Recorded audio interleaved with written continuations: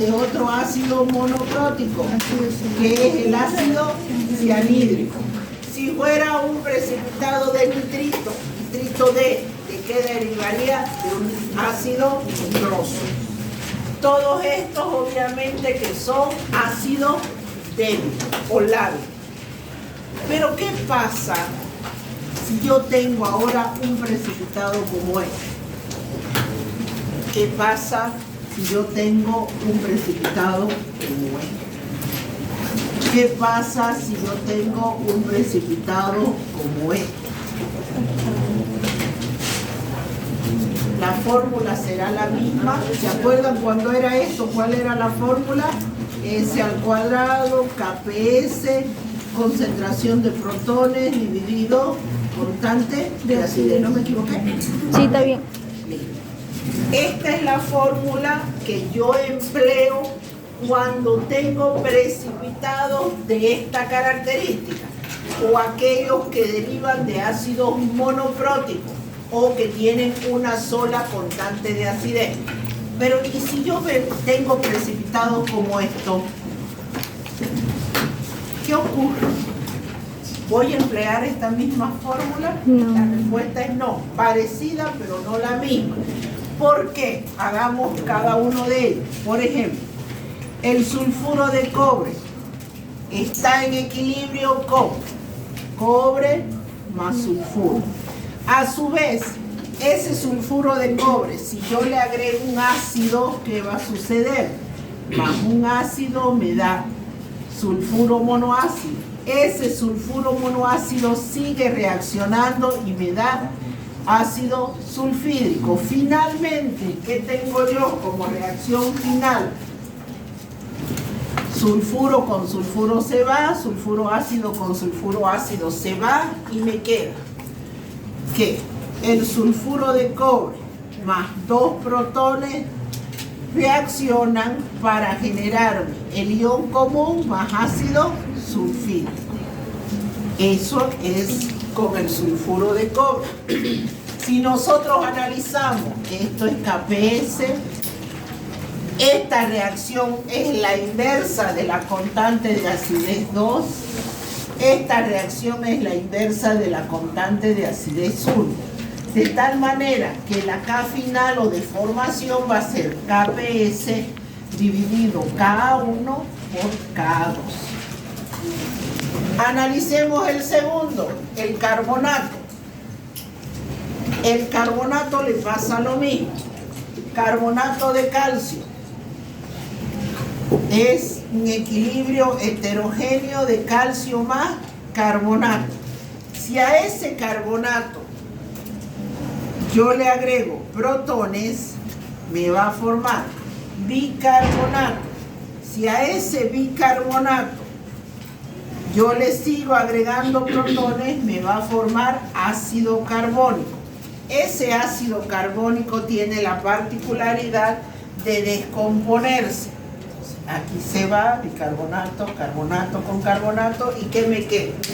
Me queda carbonato de calcio más 2 protones, me da calcio más ácido carbónico. El ácido carbónico se descompone en dióxido de carbono más agua. Por eso, cuando usted tiene un tubito de ensayo, un precipitado blanco de carbonato de calcio, carbonato de bario, etc., y le agrega ácido, este empieza a desaparecer, pero en eso que está desapareciendo se forman burbujitas.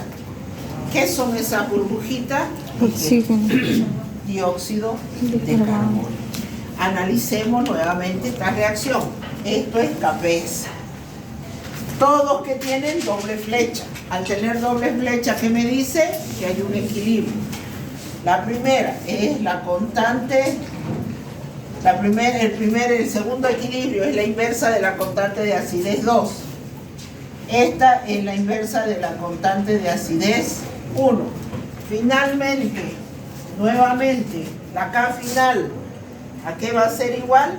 a KPS dividido K1 por K2. Por eso, la fórmula, que no la deducimos y la empleamos, la fórmula para calcular la solubilidad en función del pH para ácidos dipróticos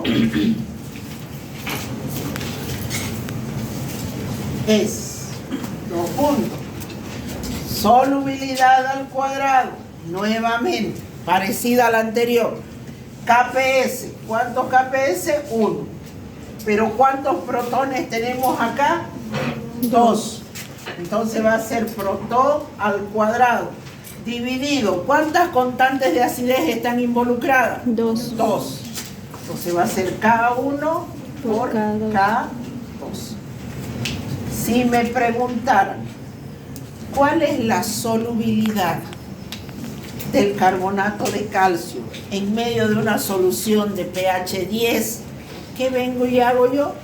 Aplico esta fórmula. ¿Por qué aplico esta fórmula? Porque el carbonato de calcio tiene al carbonato como parte de su estructura y el carbonato tiene 2 constantes de acidez, diferente al ejercicio que hicimos, el último ejercicio que hicimos la clase anterior. ¿Qué me decía el ejercicio de la clase anterior? Calcular la solubilidad del cianuro de plata en medio de una solución de pH 3, ¿se acuerdan? Sí. Bueno, entonces, ¿cómo calculábamos la solubilidad? Con esta fórmula sacamos el antilogaritmo de 3 y empleamos esto. ¿Iba a emplear esa fórmula? No, porque este precipitado deriva de un anión que proviene de un ácido débil monoprótico. ¿Qué quiere decir monoprótico? Que tiene una constante de acidez. Pero si el precipitado deriva de aniones de ácido diprótico como este, ¿de qué deriva? Del ácido sulfídrico. Este segundo, del ácido carbónico, y este del ácido oxálico.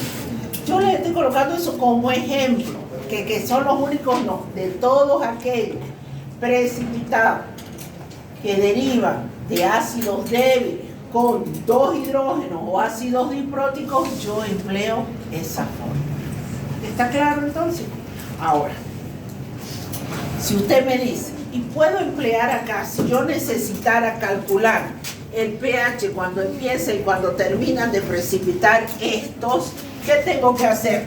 Despejo de aquí y digo, la concentración de protones va a ser igual a, ¿qué tengo que aplicar acá? Si es al cuadrado, Raíz cuadrada. raíz cuadrada, perfecto, raíz cuadrada de solubilidad al cuadrado, estoy despejando K1 por K2, todo esto dividido entre KPS.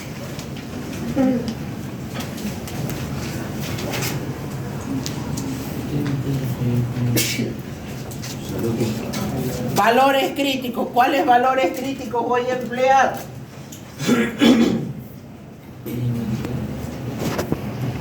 ¿Cuáles valores críticos?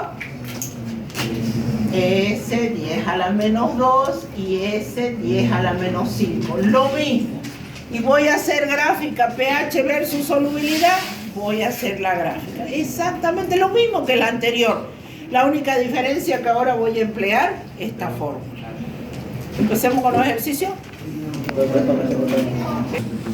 El sulfuro manganoso tiene un anión que deriva de un ácido diprótico que es el ácido sulfúrico. No se me va a ocurrir otra cosa más que emplear esta fórmula. Y de ahí despejo la concentración de protones. Entonces digo, si la solubilidad yo la voy a tomar de 10 a la menos 2, este valor va a corresponder para que yo pueda calcular el pH cuando empieza a precipitar.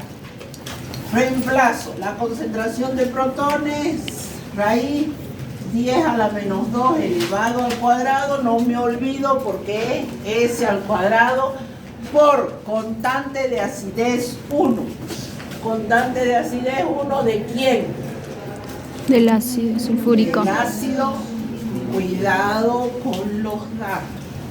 Cuidado con los datos. Porque en este caso es sencillito. Calcular cuando empiece a precipitar. ¿Qué tal que me diría?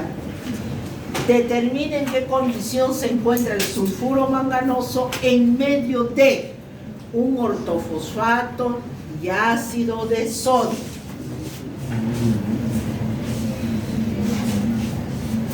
Suponiendo que me diga, determine cómo se encuentra el sulfuro manganoso en medio de, y me van a dar como dato, ¿qué voy a necesitar como dato? K1, K2 y K3. y K3 ¿de quién? Del ácido ortofosfórico. Entonces yo voy a tener como dato en una pregunta 1, 2, 3, 4, 5 constantes de acidez. Y ahora viene el interrogante. Si tengo 5 constantes de acidez y acá tengo que colocar 2, ¿cuál de esas 5 voy a colocar? Miro el precipitado y digo, el precipitado es sulfuro manganoso. Quiere decir que aquí hay sulfuro. Este sulfuro deriva del ácido sulfídrico. Entonces, los datos que tienen que entrar son estos en la fórmula. Y esto lo voy a emplear para calcular ese pH, que no es el caso en este momento. Ya vamos a hacer un ejercicio, pero yo quiero que distingan los datos. Entonces, A1, todo esto dividido al menos 15. 15.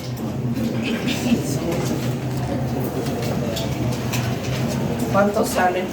El primero 6,56 pH. Ya, 6,56. El segundo, y aquí aplico pH.